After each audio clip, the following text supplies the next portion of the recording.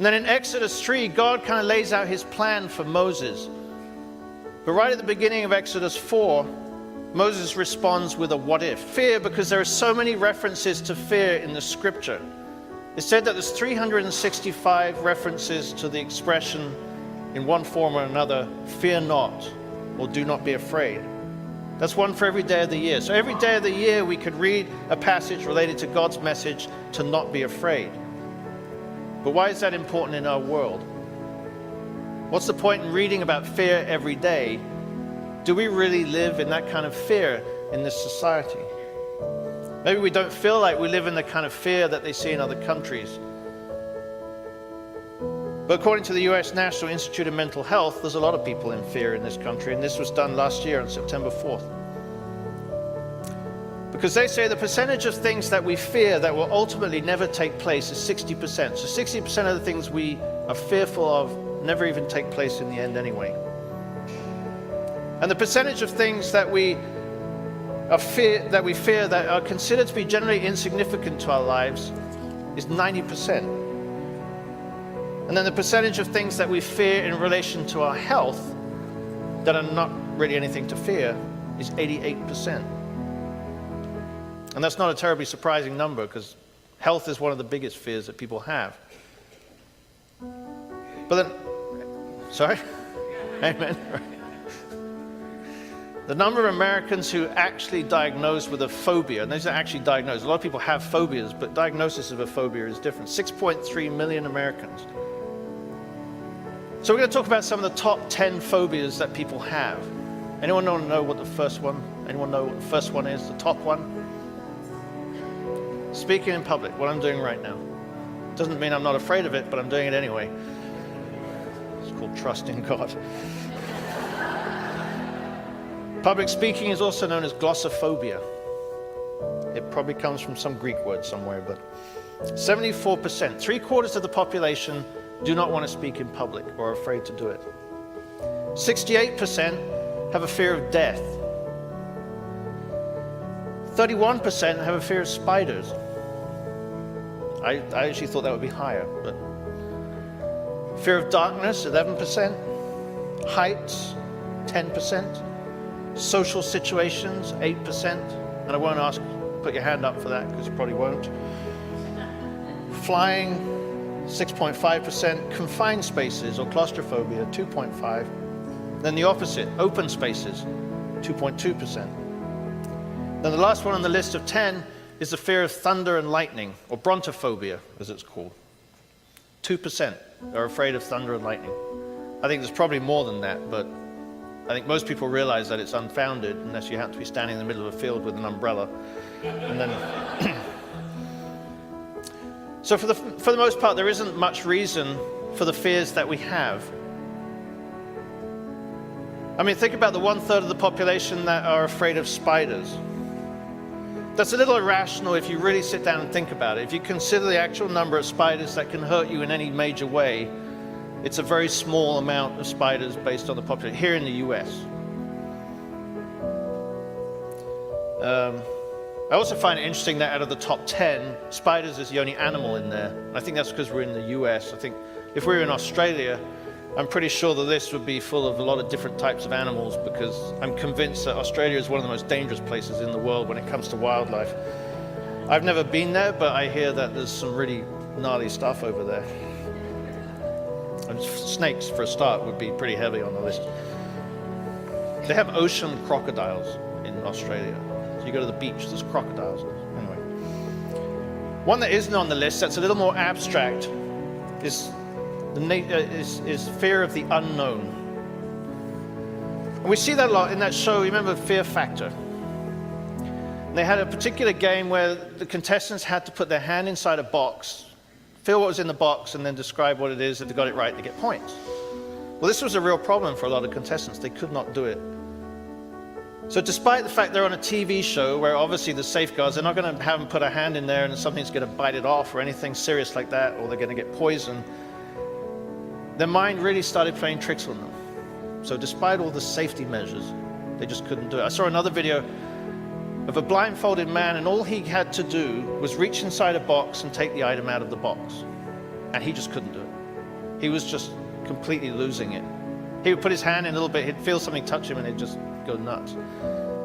And he went on. He never managed to do it. And the item inside the box was a teddy bear.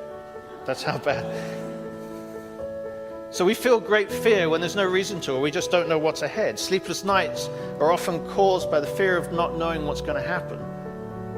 It's strange how 3 a.m, all the fears and the things that we worry about seem much bigger and much scarier than they do in the morning in the light of day. But fear also moves us. Fear is used by people that have a platform to help move us in the direction that they want us to go. Fear sells. Look at newspaper and TV ratings for news shows. Advertising is just a form of fear-mongering. Fear also wins political contests. How many times do we see the ads showing what would happen if their opponent got into office, all the doom and gloom, filmed in black and white just to make it seem even worse? And fear is used by parents. All of us as parents are guilty of this. If you don't do as you're told, you'll get into trouble. Instilling fear in our children. Well, it doesn't work all the time. Fear can be used to manipulate people, and there doesn't always have to be a lot of substance behind it.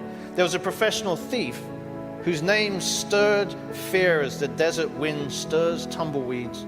He terrorized the Wells Fargo stage line for 13 years, roaring like a tornado in and out of the Sierra Nevadas, spooking even the most rugged frontiersmen.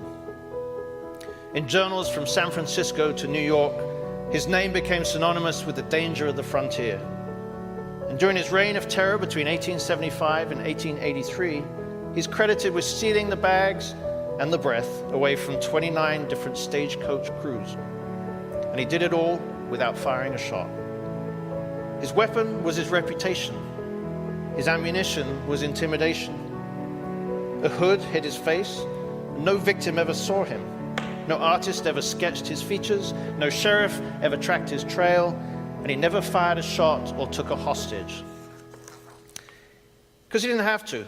His very presence was enough to paralyze with fear. His name was Black Bart, the hooded bandit armed with a deadly weapon. And what was his deadly weapon? Fear. Fear has prevented many Christians from experiencing the blissful happiness that Jesus talks about in the Beatitudes. They have fear of death. For starting scriptures, yea, though I walk through the valley of the shadow of death, I will fear what? In your dictionary, what does the word no mean? None. You are to fear how much? Fear. No evil. Why? You got to answer the question, why? What does it say next? Because God's with you. You have no need to fear because God is with you, right?